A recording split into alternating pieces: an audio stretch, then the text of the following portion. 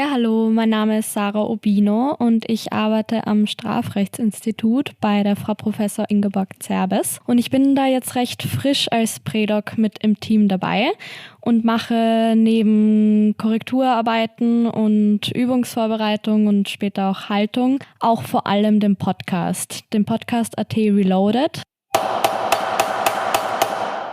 Kein Einspruch nötig, hier geht alles mit rechten Dingen zu. Ihr befindet euch im Podcast An der Quelle.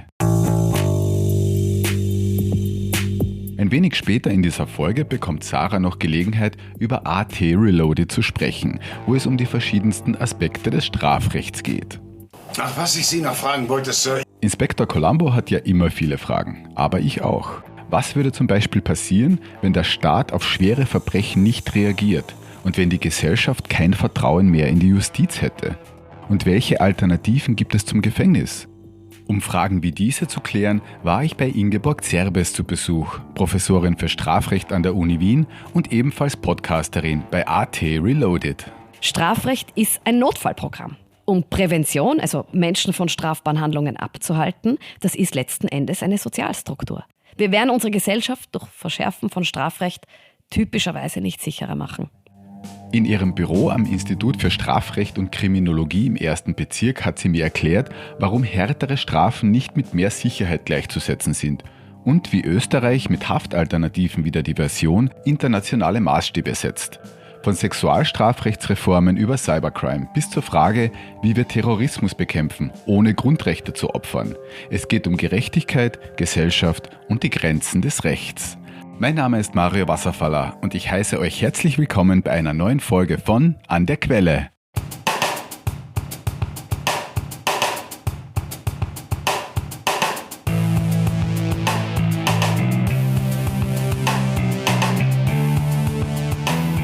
An der Quelle, der Podcast von Rudolfina, dem Wissenschaftsmagazin der Uni Wien.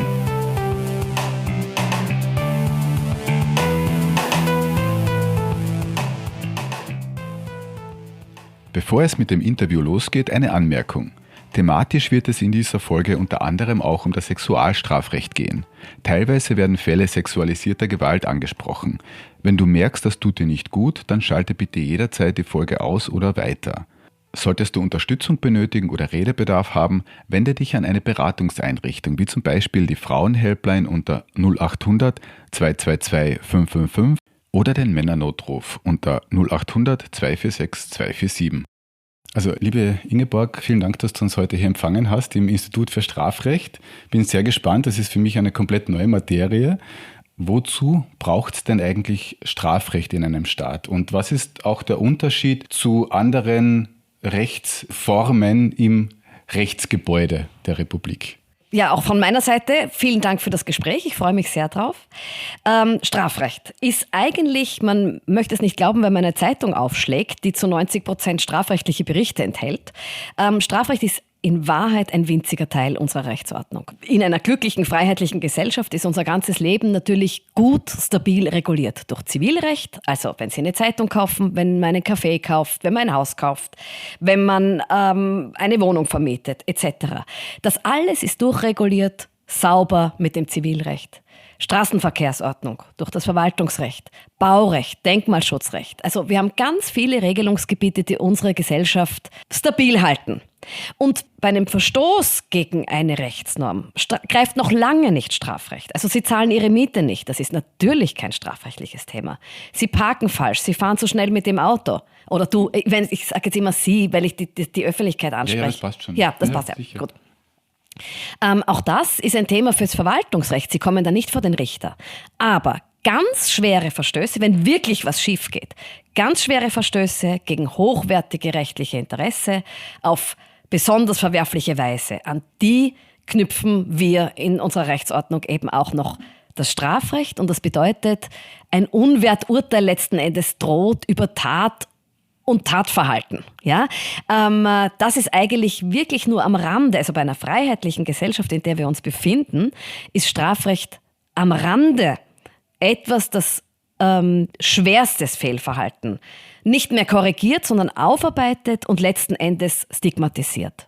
Warum ist es nötig? Weil wenn der Staat nicht reagieren würde auf einen schweren Übergriff, denken Sie an Vergewaltigung, an Mord, an Betrug, wenn jemand also wirklich auch gemein über den Tisch gezogen wird, wenn der Staat hier nicht reagieren würde, was würde passieren? Die Gesellschaft würde sich selber helfen. Also Richtung, das Schlagwort dazu, Lynchjustiz. Ja, das ist ein gutes Stichwort und manchmal wird es ja zu verknappt, glaube ich, auch wiedergegeben, wenn man sagt im öffentlichen Diskurs, naja, einfach härtere Strafen, dann haben wir mehr Sicherheit. Aber so einfach ist die Sache ja wieder nicht, oder? Ja, du sagst es. Also so einfach ist die Sache wirklich nicht. Ich denke mir, dass in der öffentlichen Wahrnehmung es oft so ist, dass man meint, Recht, Rechtsordnung, Jus ist gleich Strafrecht. Das ist eben nicht so. Und jetzt so härteren Strafen, also wir brauchen, da bin ich mir sicher, bestimmtes Verhalten, besonders verwerfliches Verhalten mit Strafe bedroht. Die Höhe des Strafrahmens, also wie hoch kann sozusagen der Richter gehen in der Verhängung einer Freiheitsstrafe, was ein enormer Eingriff ist, das ist eigentlich eine eher sekundäre Frage. Das sollte insgesamt ein stimmiges System sein. Aber die Höhe der Strafdrohung, also drakonische Strafen, die helfen nicht zur Sicherheit. Das, glaube ich, ist gesetzt. Und das verwechselt man manchmal, wenn man meint, es sei etwas zu geringfügig bestraft. Es ist wichtig, dass der Staat reagiert, dass er streng reagiert mit einem fairen, aber ganz klar geschnittenen Verfahren, justizielles Strafverfahren. Aber wie hoch die Strafe ist und wie sehr man sozusagen auf einen Täter, unter Anführungszeichen gesetzt, hinschlägt, das bringt nicht mehr oder weniger Sicherheit. Wenn die Abschreckung jetzt nicht so stark wirkt, welche Rolle sollte denn dann Prävention spielen oder wie kann man das dann sonst machen praktisch oder gestalten? Also wir haben neben der Gefängnisstrafe, jeder denkt bei Strafrecht an eine Gefängnisstrafe, denkt an den Häfen. Ja? Das ist letzten Endes zum Glück in unserer Gesellschaft, obwohl die Gefängnisse eigentlich überfüllt sind, ist das auch nicht die einzige und auch nicht einmal mehr die wichtigste Reaktion auf eine strafbare Handlung. Natürlich, wenn Sie an Mord, Totschlag, Vergewaltigung denken, klar. Ja, da werden Sie um die Gefängnisstrafe nicht herumkommen, bei diesen ganz schweren Verbrechen. Aber einen Ladendiebstahl beispielsweise, das kommt viel öfter vor als ein Tötungsdelikt, viel öfter, oder ein kleiner Betrug, dann muss man niemanden einsperren und aus seinem gesamten Sozial- und Berufsleben herausnehmen. Und da hat gerade Österreich, ich würde sagen in einer internationalen Vorreiterrolle, ein alternatives Mittel, das nennt man Diversion. Das ist sozusagen eine Spur der strafrechtlichen Reaktion neben der Gefängnisstrafe, ist auch eine justizielle Reaktion, aber es geht dann um eine Konfliktregelung, es geht um die Zahlung eines Geldbetrages zur Entschädigung, es geht um gemeinnützige Leistung, alternative Erledigungsformen für nicht allzu schwere Delikte. Und das ist im Ermessen des Richters, der Richterin beim jeweiligen Fall, der die dann sagen kann, in diesem Fall, und ich glaube, du hast gemeint, bei Delikten mit Strafmaß bis zu 5 Jahren ist das eine Möglichkeit. Quasi zu sagen, in dem Fall versuchen wir es lieber so, weil Gefängnis wäre dazu heftig oder auch für die Resozialisierung nicht förderlich oder so. Ja, genau. Es gibt natürlich ein paar Voraussetzungen dafür. Insofern ist das gemessen gebunden, kann man sagen. Und es kann bereits die Staatsanwaltschaft anbieten, eine solche diversionelle Erledigung. Die Schwerpunkte sind also die Strafe. Es ist sozusagen höchstens mittelschwere Kriminalität erfasst, würde ich jetzt sagen, vom Typus der Kriminalität. Wenn ein Tötungsdelikt im Raum steht, ist es grundsätzlich mit ganz wenigen Ausnahmen nicht möglich und die Schuld darf nicht allzu schwer wiegen. Und der Sachverhalt muss im Wesentlichen geklärt sein. Das sind die Voraussetzungen jetzt gerafft geschildert. Und wenn die Staatsanwaltschaft bereits eine solche Lage erkennt, dann kann sie und soll sie auch eine solche Diversion anbieten. Wenn sie das nicht tut und es stellt sich vor Gericht heraus, dass die Voraussetzungen vorliegen, dann kann das Gericht mit Beschluss entscheiden. Und ein Spezialfall wäre zum Beispiel bei Drogendelikten Therapie statt Strafe. Das ist auch so ein Bereich, oder der ganz ungefähr genau hineinfällt. Oder? Ja, ganz richtig. Also wir haben natürlich, so wie jedes Land, auch Drogenkriminalität. Und hier versucht man natürlich, insbesondere süchtige Täter, und viele davon sind eben süchtige Täter, Therapie statt Strafe. Das ist ein Schlagwort und der findet sich im Suchtmittelgesetz auch wieder.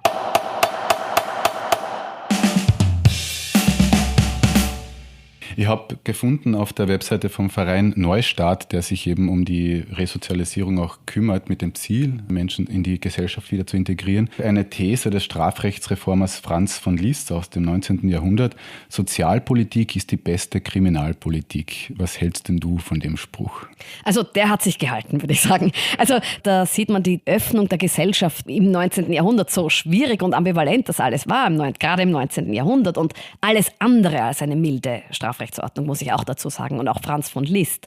Also der ist kein ganz sanfter. Aber was er erkannt hat, ist das, was heute noch gilt: Strafrecht ist ein Notfallprogramm. Um Prävention, also Menschen von strafbaren Handlungen abzuhalten, das ist letzten Endes eine Sozialstruktur. Das ist eine Bildungsfrage, das ist eine Sozialfrage im Sinn, also Stichwort Versicherungsrecht, Stichwort Arbeitsrecht. Anständige Bezahlungen halten Menschen ab. Also nicht alle natürlich, ja, aber können vorbauen und bauen auch vor strafbaren Handlungen, wenn Menschen genug zum Leben haben, wenn wir sozusagen ein gutes Sozialsystem haben. Wichtig ist die Kinder. Also von Anfang an eine möglichst gute Bildung, Punkt 1, aber auch eine gute Geborgenheit. Das klingt jetzt so als Schlagwort, aber ich denke mir, also die Voraussetzungen im Staat zu schaffen, dass ein ruhiges und auch warmes Aufwachsen möglich ist, das ist eine der Wege dazu. Heißt ja nicht, dass das leicht geht. Das klingt, wenn ich das jetzt so sage, denke ich mir, was sage ich da? Ja? Klingt viel leichter, als es ist, aber das ist der Kampf unserer Politik letzten Endes. Und nicht das Verschärfen von Strafrecht. Wir werden unsere Gesellschaft durch Verschärfen von Strafrecht typischerweise nicht sicherer machen. Strafrecht ist wie andere Rechtsformen ja auch eine lebendige Materie, die sich den gesellschaftlichen Strömungen immer wieder auch anpassen muss. Welche gesellschaftlichen Entwicklungen und Themen waren denn besonders bestimmend für das Strafrecht? Also wo war das Strafrecht auch besonders gefordert, sich weiterzuentwickeln, und wo ist es vielleicht auch an die Grenzen gestoßen? Meinst du jetzt in jüngerer Zeit oder überhaupt so generell? Ich meine so in jüngerer Zeit. Früher war natürlich der ganze gesellschaftliche Umsturz und Stichwort früher, aber ich rede jetzt wirklich von früher. Vergewaltigung in der Ehe war lange nicht strafbar beispielsweise. Das ist jetzt, würde man heute sich an den Kopf greifen und sagen, das ist ein No-Go. Natürlich ist eine Vergewaltigung in der Ehe. Es war schon strafbar, aber nur als Nötigung und nicht als Vergewaltigung. Aber das war in Österreich ja erst, das muss man sagen, glaube ich, 1997 oder Ende der 90er Jahre, glaube ich. Es war spät. Also sehr spät. In der näheren Vergangenheit. Und ich vermute, viele jetzt unserer Hörerinnen sind in einem Alter, wo sie noch sozusagen bereits gelebt haben, zu der Zeit, wo Vergewaltigung in der Ehe nicht als Vergewaltigung, sondern bloß als Nötigung strafbar war. Riesenunterschied in der Strafdrohung. Natürlich ein Riesenunterschied in der Strafdrohung. So, und jetzt bleiben wir gleich beim Sexualstrafrecht. Gerade das ist in jüngerer Zeit sehr ins Gerede gekommen. Verschiedene Anlassfälle. Ich darf die Stichworte nennen. Also Teichtmeister ist eines, da ging es gar nicht um Hands-on-Delikte, da ging es um das Sammeln von wirklich abstoßenden Kindesmissbrauchsbildern. Kurz zur Einordnung, es geht um den österreichischen Schauspieler Florian Teichtmeister, der verurteilt wurde für den Besitz zumindest von kinderpornografischem Material. Ja, genau. Also nur ein Stichwort dazu, die Wogen sind hochgegangen, das sind am Tag der Hauptverhandlung, also am Tag der Gerichtsverhandlung der Strafrechtlichen gegen ihn, ist jemand gekommen, der einen Galgen dort aufgebaut hat. Ja, also wirklich eine sehr harsche, brutale Reaktion in der Gesellschaft, teilweise auch von den Medien aufgegriffen. Es gab auch vernünftige Medien, muss man auch gleich dazu sagen. Ohne dass ich das jetzt in irgendeiner Form rechtfertigen möchte, was er gemacht hat, aber der hat eine strafrechtliche Entwicklung angestoßen, die sich eigentlich als gar nicht zielsicher erwiesen hat. Wir kommen vielleicht noch dazu, dass ich mich jetzt nicht verzettel. Und der zweite Fall, auch im Sexualstrafrecht, der Fall Anna. Ich muss ihn gar nicht näher ausführen. Wieder eine neue Entwicklung. Sexualstrafrecht wird ständig geändert. Spiegelt sich natürlich auch ein bisschen wider, dass das Verständnis von Sexualität und von sexueller Integrität in der Gesellschaft sich auch ständig ändert. Von Vergewaltigung in der Ehe, die nur als Nötigung, also die sozusagen, da war durchaus Abwehr dagegen, das in die Vergewaltigungstatbestände aufzunehmen. Das wäre heute völlig absurd. Also heute geht es wieder in die Richtung Erweiterung des Sexualstrafrechts. Ganz stark, manchmal sinnvoll, manchmal, glaube ich, weniger sinnvoll. Wir können das noch einmal aufgreifen. Und natürlich eine große Herausforderung für Strafrecht und auch, wie ich finde, teilweise sehr berechtigte Erweiterungen. Alles, was Cybercrime ist, also alles, was Computerkriminalität ist. Neue Formen von Tatbegehungen, die nach den alten formulierten Normen nicht mehr erfasst sind, die aber genauso schwerwiegend sind, beispielsweise als Betrug, beispielsweise als Sabotage, beispielsweise als Datenbeschädigung und so weiter. Also das sind auch neue Entwicklungen und da muss natürlich das Strafrecht an die Technik herankommen, die sich ständig weiterentwickelt. Genau, das würde ich später noch einmal fragen. Ich würde noch einmal kurz einhaken, weil auch hier kann man nicht voraussetzen, dass jeder über diesen Fall Anna schon gehört hat. Ganz grob, nur wir werden nicht in die Details gehen. Es geht um ein damals 12-jähriges Mädchen, das, wie soll ich sagen, zumindest belästigt wurde. Es ist schwer, da die richtigen Begriffe zu finden. Aber der Punkt ist, dass es einen großen Aufschrei gegeben hat, auch medial und dann auch politisch. Und ich möchte das deswegen nur erwähnen, exemplarisch, wie auch Strafrecht sich ändern kann und was die Elemente drin sind, was die Parameter sind, die so etwas ändern können. Ja, also der Fall Anna war ein Auslöser. Den Fall müssen wir gar nicht erzählen, ja. Aber er hat etwas ausgelöst durch die mediale und gesellschaftliche Reaktion. Und ich denke nicht, dass er sozusagen rein sachlich betrachtet dazu geeignet war. Aber reden wir davon, was er ausgelöst hat. Was er ausgelöst hat, ist eine neue Debatte über das sogenannte nur Ja heißt Ja. Also die sogenannte Einverständnislösung bei den Sexualdelikten. Und jetzt, das ist gar nicht so leicht, das gerafft zu erzählen. Ja? Wir haben den. Aber soll ich? Ich hake kurz ein, aus aktuellem Anlass, nämlich eure aktuellste Podcast-Folge.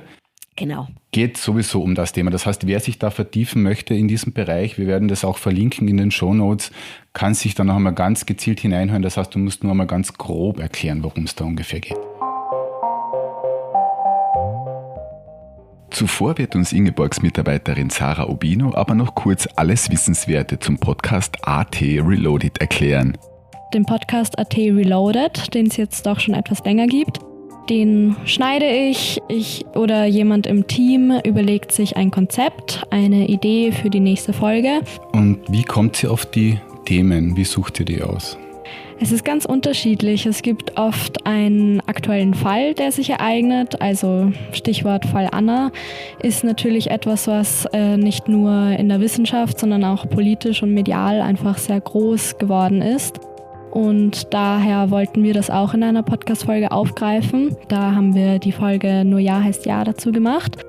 Oder es sind auch Übungsfälle, die uns einfallen. Wir hatten eine A bis Z-Reihe, wo wir da durch die Buchstaben schon quasi in den Kategorien uns etwas überlegen mussten. Ursprüngliche Basis ist das Buch Strafrecht allgemeiner Teil, deswegen AT. Ja, genau. Der allgemeine Teil, muss man aber sagen, steckt eigentlich in fast jedem Phänomen oder Problem. Also wir haben bei jeder Fallstellung, bei jedem aktuellen Fall irgendwo eine allgemeine Strafrechtsproblematik. Das heißt, alles lässt sich eigentlich dann auf den AT gut zurückführen und in unseren Podcast bringen. Wenn ich es richtig verstanden habe, dann war das ursprünglich hauptsächlich an Studierende gerichtet, die sich auf die Strafrechtsprüfung vorbereiten. Mittlerweile ist es aber, finde ich, ein bisschen offener. Ich habe selber reingehört, ohne Studierender zu sein. Ja, genau. Wir wollen das Ganze jetzt etwas ausweiten und daher haben wir jetzt 3 neue Kategorien. Und zwar eine Podcast-Kategorie, wo wir für ganz, ganz am Anfang stehende Folgen machen und uns Fälle ausdenken. Und zwar für Personen, die für die STEOP lernen, also sich in der Studieneingangs- und Orientierungsphase befinden. Und wir haben weiters auch Fälle und Folgen für etwas Fortgeschrittene, die sich auf die Modulprüfung vorbereiten, die eben schon etwas weiter sind im Lernen. Und jetzt neuerdings wollen wir vor allem auch einfach strafrechtsinteressierten Folgen bieten können. Und dafür haben wir jetzt die neue Kategorie Strafrecht aktuell.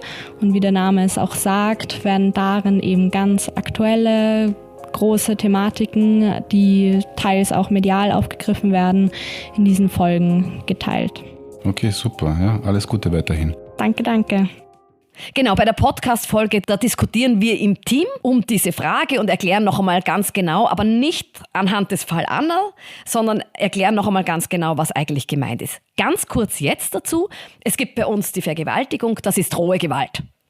Kurz gesagt, rohe Gewalt oder gefährliche Drohung, mit der man einen Geschlechtsverkehr erzwingt. Und dann gibt es ein Delikt, das heißt Verletzung der sexuellen Selbstbestimmung. Das heißt Verletzung der sexuellen Selbstbestimmung. Das ist auch ein Übergriff. Es geht auch um den Beischlaf. Also es geht auch um den Geschlechtsverkehr im engeren Sinn. Und da sind andere Mittel und da geht es, so wie es heute formuliert ist, gegen den Willen der betroffenen Person. Und so wie es judiziert wird, wird diese Passage gegen den Willen interpretiert, dass die Frau oder dass man abverlangt, dass die Frau sich in irgendeiner Form zur Wehr gesetzt haben muss. Abgewehrt, geweint, Nein sagen und so weiter. Man verlangt sozusagen eine Äußerung dieses Willens. Und hier ist eine sehr kleine strafrechtliche Lücke, die jetzt gefüllt wird. Und ich finde, also strafrechtliche Lücken sind nicht per se etwas Schlechtes.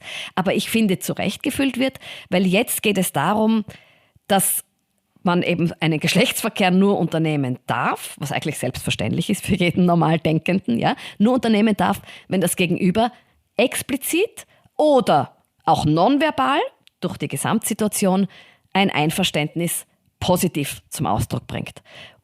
Also müsste man eigentlich sozusagen diese Passage nicht Beischlaf gegen den Willen, sondern Beischlaf ohne Einverständnis. Es ist eine minimale Umformulierung.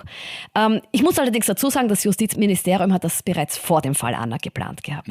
Das heißt, es war jetzt halt besonders gut durchsetzbar durch die Empörung, die mit dem Fall verbunden war, der nicht relevant ist dafür, aber an sich ist das ein Gedanke, der schon länger verankert ist in unserem Justizministerium. Wie ich finde und wie mein Team findet, zu Recht. Ja, ich wollte das eben deswegen auch ansprechen, nicht unbedingt diesen Fall, aber um aufzuzeigen, wie dynamisch oder starr ist denn eigentlich das Strafrecht. Man hat ja keine Vorstellung davon. Man liest immer nur in den Medien, es gibt diesen und jenen Paragraphen.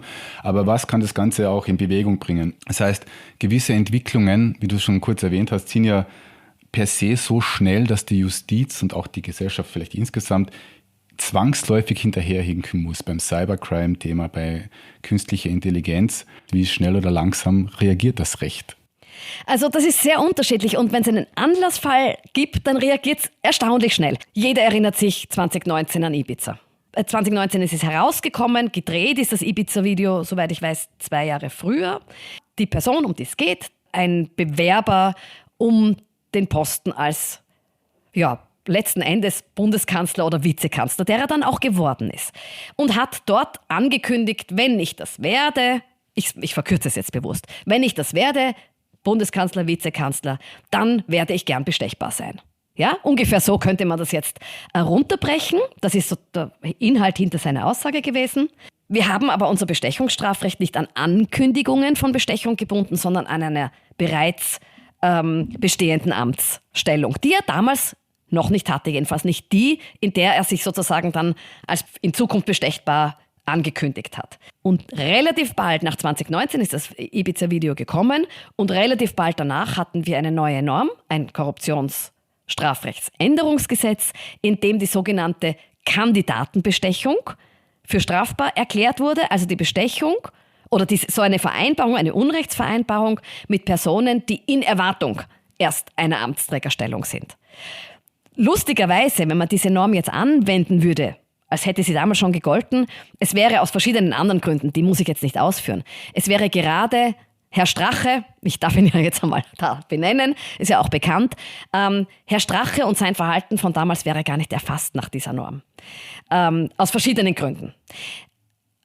Das nur dazu gesagt habend, aber so schnell kann sich dann Strafrecht auch ändern. Oder jetzt eben nur Ja heißt Ja. Das ist in der Schublade gelegen. Jetzt gibt es Empörung und die Politik sagt, wir haben ja was. Wir können ja das Sexualstrafrecht erweitern. Oft sind so Schnellschüsse nach politischen Ereignissen, die aufregen. Oder, mir fällt noch was ein. Kann ich noch was sagen? Terroranschlag 2020. Die Schüsse sind noch nicht mal verhallt gewesen. Und es war von einer Erweiterung des Terrorismusstrafrechts die Rede. Und das, obwohl unser Terrorismusstrafrecht, das kann ich dir garantieren, flächendeckend ist. Ja. Gruppen werden bestraft, Vorbereitungshandlungen werden bestraft, Vorbereitung der Vorbereitung wird bestraft. Es ist wirklich so, wie ich sage. Ja? Also das alles vor dem Hintergrund von internationalen Verpflichtungen. Da gibt es ja viele internationale Konventionen oder EU-Normen, die uns auch verpflichten, ein breites Terroristenbekämpfungsgesetz zu haben. Aber das Erste, wovon die Rede war, war das Strafrecht. Und das Strafrecht ist flächendeckend. Also wir sprechen ja nicht davon, dass diese Handlung erlaubt gewesen wäre. Ja? Und da muss man vielleicht auch gleich einhaken und dazu sagen, du bist ja tief drin in dem Thema, weil du auch als Expertin gefragt wurdest, ein Mitglied dieser unabhängigen Kontrollkommission Verfassungsschutz zu sein. Ist im November 2023 ins Leben gerufen worden oder hat die Arbeit aufgenommen, 10 Jahre lang. Und es geht im Kern um die Kontrolle der neu geschaffenen Direktion Staatsschutz und Nachrichtendienst. Vielleicht kannst du ganz kurz erzählen, was ihr da gemacht habt und was die Aufgabe war im Kontext auch mit dem Terroranschlag. Ja, also die Aufarbeitung des Terroranschlags war ja eine Extrakommission. Und man hat dann in das damals bereits vorbereitete Gesetz zur Schaffung dieser Direktion für Staatsschutz und Nachrichtendienst hat man schnell noch eine Kommission, eine fixe Kommission dazu hineingeklebt in das bereits vorbereitete Gesetz. Deswegen heißen auch die Bestimmungen nicht Paragraph 17, sondern 17a und 17b und so weiter. Also man sieht, das ist nachträglich hineingefügt worden.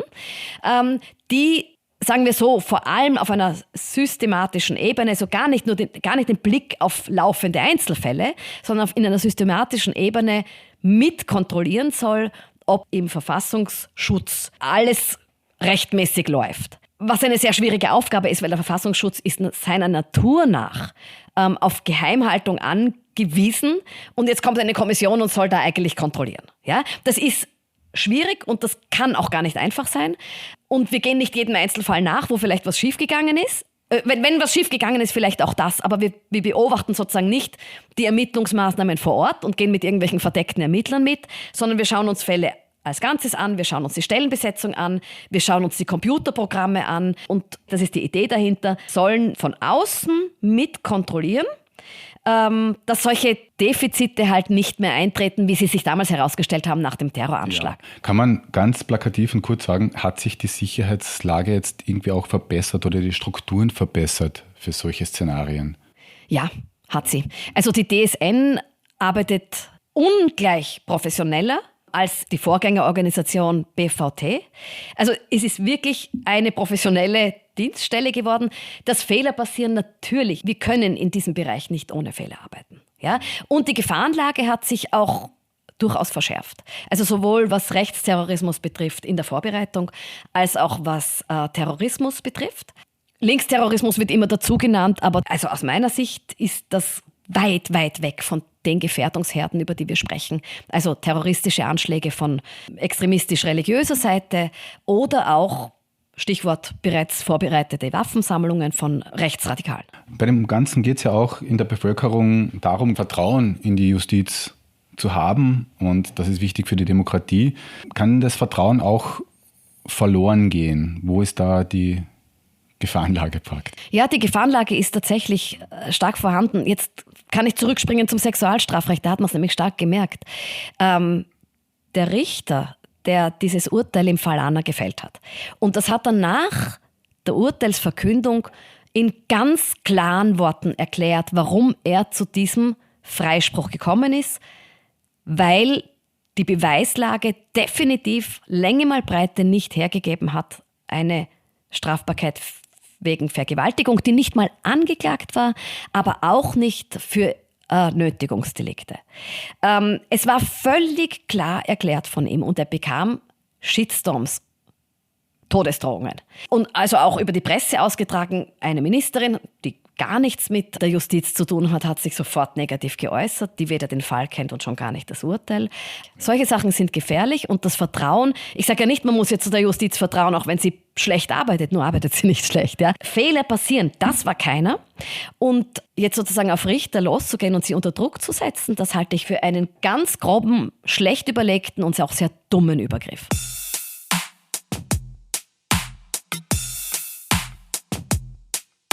Kommen wir ein bisschen zur Wissenschaft. Das würde mich auch noch interessieren, weil du warst ja auch viel im Ausland. Bei der Uni Bremen warst du beim Max-Planck-Institut in Deutschland und hast viele Stationen gehabt.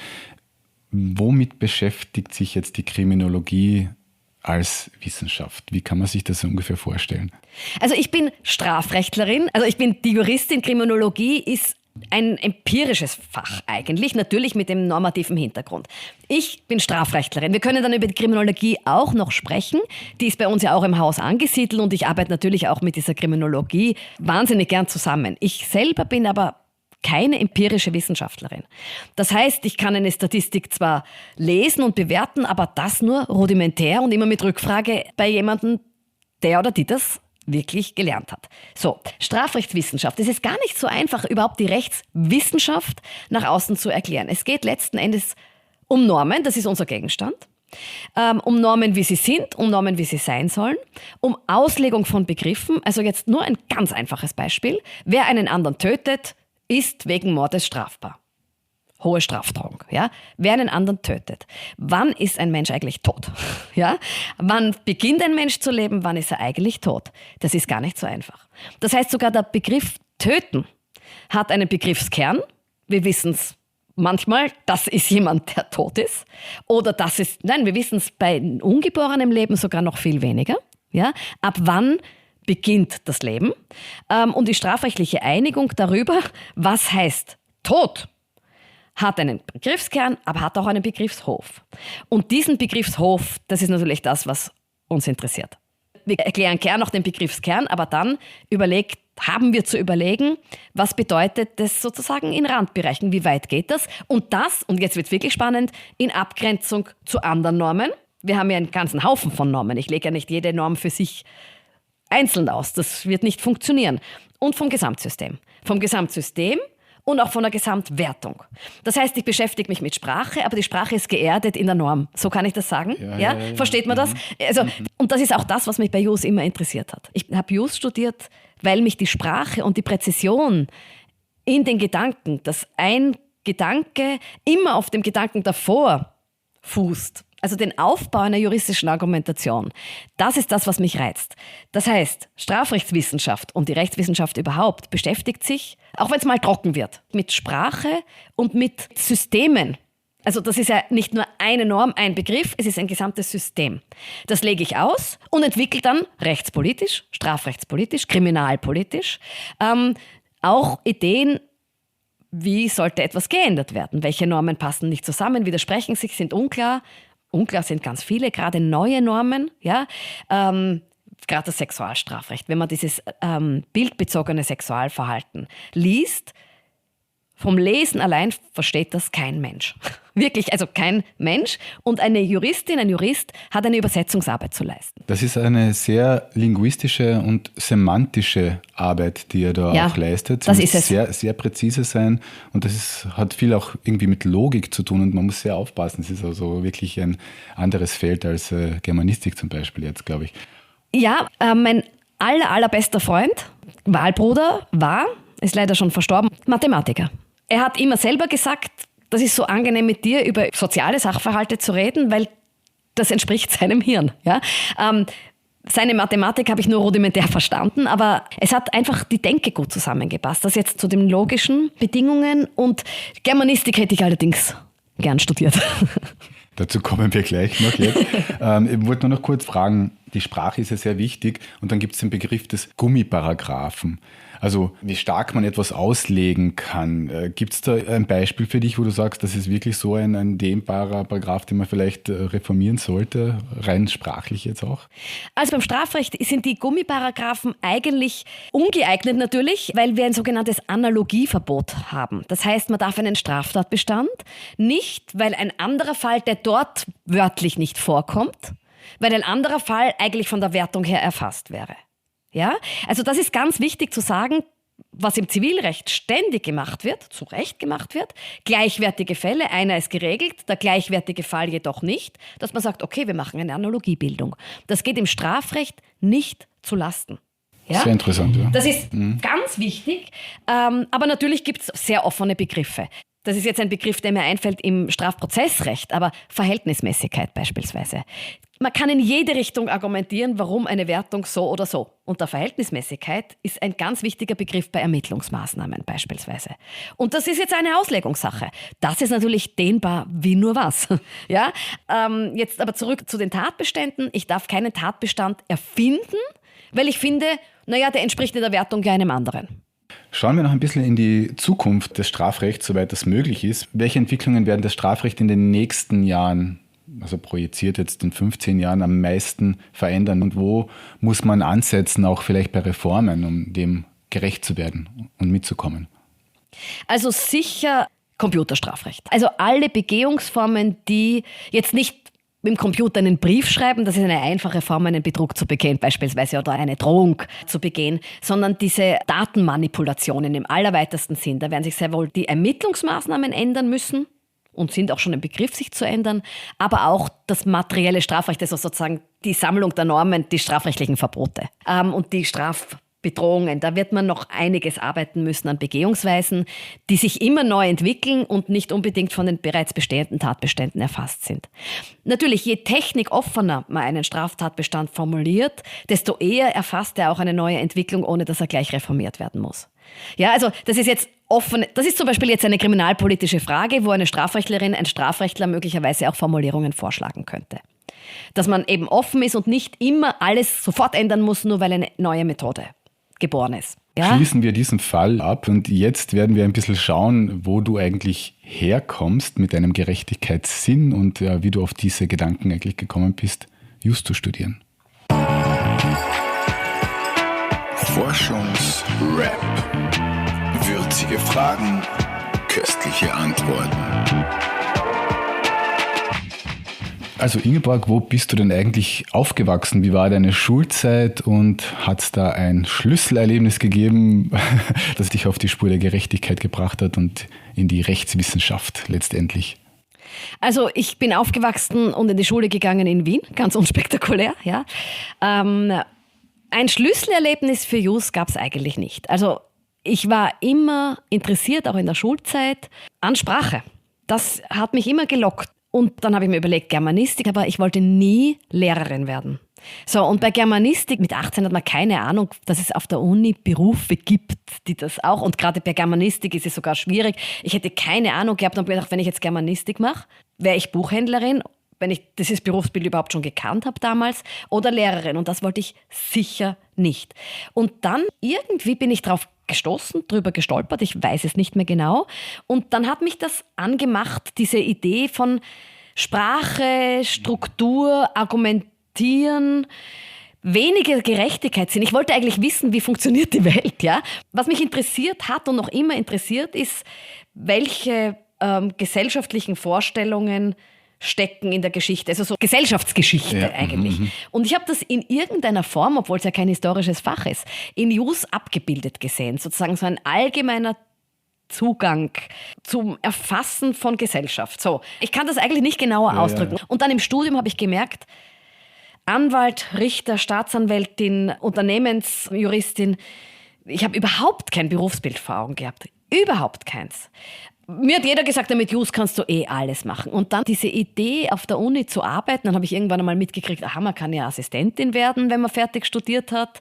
Und dann bin ich da hineingewachsen. Mir war klar, ich möchte eine Dissertation schreiben. Das ist eine kleine Monographie, ich wollte das schreiben, ja. Und dann war für mich eigentlich wirklich der einzige Weg die Uni, weil das Sprachliche kann ich hier ausleben, viel mehr, und bin nicht sozusagen abhängig für eine Partei, also für jemanden, für einen Klienten in einer bestimmten Frist irgendeine Sache auf den Punkt zu bringen, sondern ich kann denken.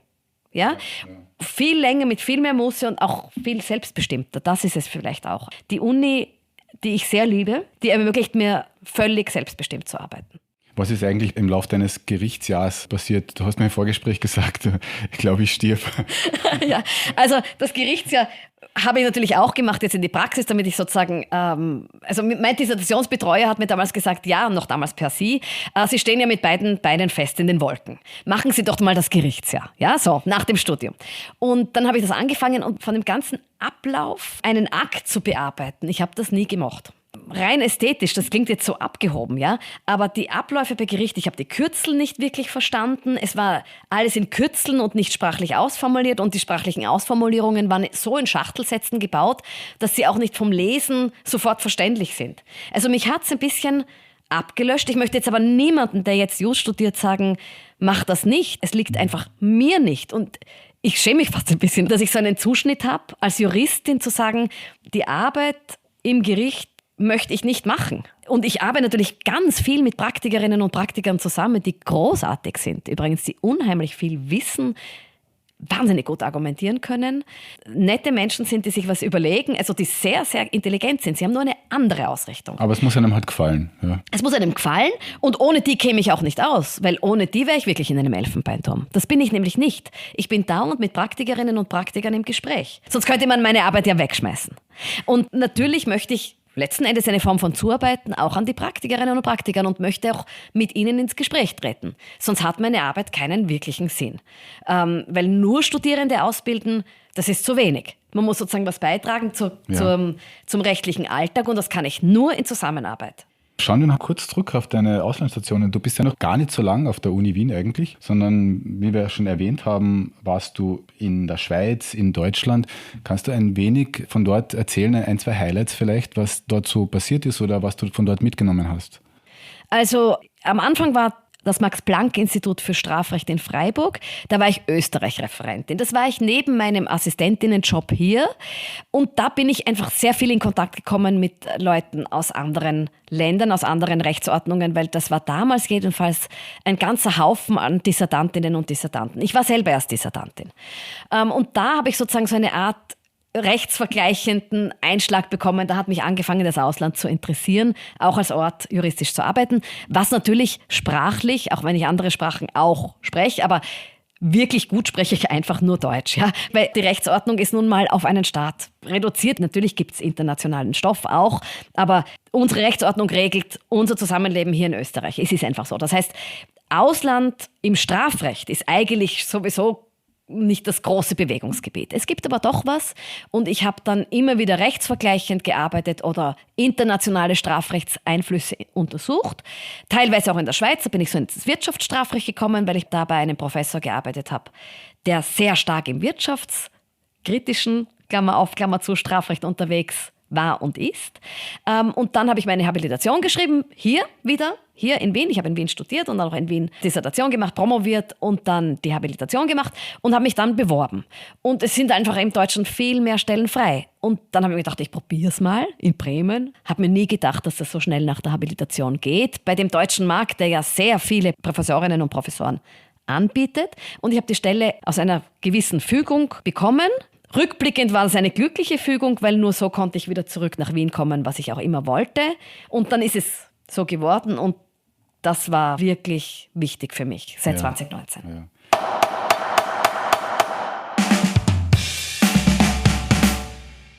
Machen wir jetzt noch eine Safari durch den Paragraphendschungel, so nenne ich es einfach mal, oder Wordrap, wie auch immer.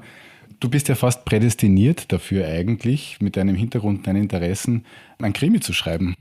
Schreiben hat mich immer interessiert, nur gute Ideen genügen einfach nicht. Man braucht einen Haufen Disziplin und auch irgendwie eine Idee, die sich sozusagen über längere Seiten zieht, als eine witzige Idee zu haben. Darf ich das sagen? Ja. Meine Mitarbeiterin Sarah Obino, die jetzt auch in dem Podcast vorgekommen ist, die hat mit 14, jetzt ist sie ein wenig älter, ja, mit 14 bereits einen Krimi-Wettbewerb unter Erwachsenen gewonnen. Also die Schreiberin unter uns ist die Sarah. Super. Aber kannst du das auch nachvollziehen, dass es diese große Welle gibt oder eigentlich, ich glaube in der Menschheitsgeschichte gibt es ja kein Thema, was prominenter und dominanter ist in Literatur und Belletristik überall als Krimi, Kriminalität oder Verbrechen und Strafe, wenn wir schon bis zu Dostojewski zurückgehen. Und heute sind es True Crime Podcasts und so weiter. Was fasziniert die Menschen so stark an diesen Themen? Das ist eine gute Frage. Mich ja auch. Ja? Also ich höre mir mittlerweile True Crime Podcasts an, weil ich dann mit so vielen Texten arbeite und dann zu müde bin zum Lesen, also höre ich es mir an. Und ich höre mir wirklich die Folgen an, wo das Blut spritzt. Und das irgendwas zieht die Menschen an, ich drücke es jetzt einmal brutaler aus, ja, an Brutalität an. Also es ist wirklich so, dass das irgendeine Faszination und Abstoßung zugleich hat. Das Verbotene. Aber das verbotene Stehlen, also ich würde mir jetzt keinen Podcast über Diebstähle anhören, ehrlich gesagt, ja. Also die Raffinesse, es ist immer, oder Gauner sind ja auch oft sehr sympathisch dargestellt, ja. Jetzt nicht unbedingt Mörder, aber selbst die manchmal. Also es ist da irgendwo eine Faszination, die ich mir selber nicht erklären kann. Ich glaube, alles, was sozusagen die Fundamente unseres Lebens berührt, und das sind diese Dinge eben auch, so ein bisschen Angst macht. Warum fahren wir Geisterbahn? Ja? Also was ein bisschen selber gruselig macht, das zieht an und macht gleichzeitig Angst. Also wo es richtig zur Sache geht. Also bist du dann eher so Team Cotton oder Columbo? Oder Columbo ist super. Tatort, oder was nicht? Also Columbo ist finde ich, eine der gelungensten Krimiserien ever. Und die ist wirklich elegant gemacht, weil eben jeder weiß eigentlich schon Bescheid. Es ist diese atemlose Spannung nicht, sondern es ist dann der Blick auf die Person und auf die Typen dahinter und auf diesen Supertypus Columbo natürlich. Und es ist auch sehr elegant gemacht. Man sieht niemanden röchelnd zugrunde gehen. Ja, und das ist viel besser als, finde ich, wenn alles gezeigt wird. Also ich ziehe das wirklich vor. Aber dann gibt es wahrscheinlich auch Szenen, wo du dir an den Kopf greifst. Hast du irgendwie schon einmal auf den Fernseher angeschrien oder den Monitor und gesagt, Einspruch, so läuft es doch nie im Leben wirklich ab. Ja, also die rechtlichen Beurteilungen, die vorkommen, auch im Tatort, also gerade im österreichischen Tatort, die sind wirklich sehr oft falsch. Trotzdem ist es eine liebenswerte Serie, aber es ist Fantasie. Oder auch, wie man eine Leiche begutachtet. Also man muss eine Leiche, die schaut man nicht von außen an und dann transportiert man sie in der Kleidung ab. Man schaut die an. Eigentlich müsste man den nackten Körper anschauen. Wenn irgendwie möglich vor Ort. Das passiert zum Beispiel auch nie. Ja, aber der Tatort, Krimi und Co. sind auch kein Vorbild für die Wirklichkeit. Das sind sie wirklich nicht. Ja. Gibt es ein Buch zum Beispiel, das dein Verständnis von Gerechtigkeit und Jus und was auch immer besonders geprägt hat? Überwachen und Strafe, Foucault. Das habe ich sehr früh gelesen und mir fällt jetzt etwas ein, das aus einer ganz anderen Richtung kommt. Also Gerechtigkeitsempfinden, es hat mich einfach wahnsinnig angezogen und ich fand es wahnsinnig gut. Stefan Zweig, Castello gegen Calvin, ein Gewissen gegen die Macht. Also da sind ein paar Szenen geschildert. Folterungsszenen geschildert, die zu der ganzen Literatur dazugehören. Die sind nicht reißerisch gemacht, absichtlich, aber die haben mich dann immer wieder weiter verfolgt. Das ist jetzt kein Grund, warum ich Jus studiert habe. Aber das sind jetzt Sachen, die jetzt gar nicht Sachbücher sind, aber die haben mich geprägt. Und vor kurzem bin ich wieder drauf gestoßen, der Besuch der alten Dame, Korruption. In einem ganz anderen Zusammenhang hat mich das natürlich auch wieder getriggert, weil inzwischen beschäftige ich mich mit Korruption. Super, da haben wir schon einige Buchtipps für unsere Zuhörerinnen und Zuhörer. Welche Fragen musst du immer auf Partys beantworten? Also zum Beispiel, nein, dafür kommt man eh nicht ins Gefängnis oder ähnlich. Ja, also die Empörung, dass manche Dinge nicht strafbar sind. Oder ganz viel auf Partys natürlich, jetzt darf man ja nicht mal mehr kiffen. So. Okay, du bist Justizministerin für einen Tag. Endlich kannst du dieses Gesetz ändern. Im Strafrecht. Im Strafrecht, ich würde wahrscheinlich bei den Ermittlungsmaßnahmen einiges korrigieren und auch einiges ausbauen. Stichwort, das hören vielleicht jetzt die Hörer gar nicht gern, Stichwort Messenger-Überwachung. Also ich denke mir, dass die fehlt, dass das ganz wichtige Spuren sind, auf die wir nicht verzichten dürfen. Und ich würde das Sexualstrafrecht noch einmal hernehmen, völlig vereinfachen und auch ein paar Dinge, die letzten Endes sogar gegen die Jugendlichen ausgehen, weil sie dann auch mit strafbar sind, würde ich wirklich bereinigen. Bereinigen, sodass die echten Übergriffe strafbar sind. Das ist jetzt so leicht dahingesagt. Ja? Ich würde es strukturell vereinfachen, ich würde es sprachlich vereinfachen und ich würde die Dinge, wo Jugendliche dann einfach aufsitzen und kriminell werden, wie ich finde, übertrieben, würde ich rausnehmen. Mhm. Musik, noch einschlägige Vorschläge für dich, wohin du tendierst? Der Kommissar, Falco, And Justice for All, Metallica oder irgendwas von Haftbefehl? Die sind alle gut. Die sind alle gut und also Falco ist, das ist ein toller Song. Aber ich höre sehr gern klassische Musik. Und in der Oper ist natürlich das Messer blitzt und das Blut spritzt. Also das ist ja in der Oper kommt das ja auch immer wieder vor. Das stimmt, ja. Ein kleiner Ausblick. Wo wirst du denn so in nächster Zeit nach dem Rechten schauen oder nach dem Strafrecht schauen? Also im Moment hinke ich ein bisschen von Abgabeterminen für Kommentarliteratur, also Gesetzeskommentierungsliteratur oder Aufsätze, wo der Vortrag schon war und jetzt muss man sozusagen die Schriftfassung machen. Ich hinke ein bisschen hinterher.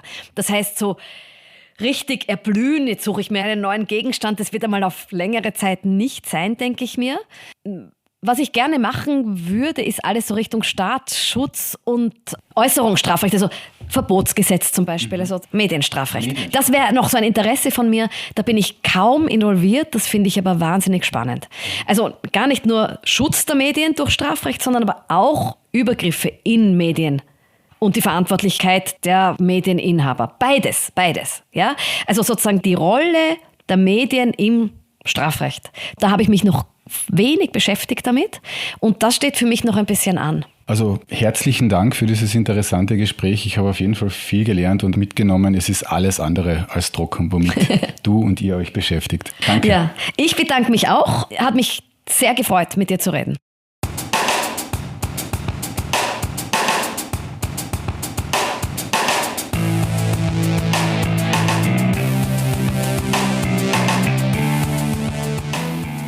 Wir haben gelernt, Strafrecht ist eine sehr lebendige Materie und alles andere als trocken.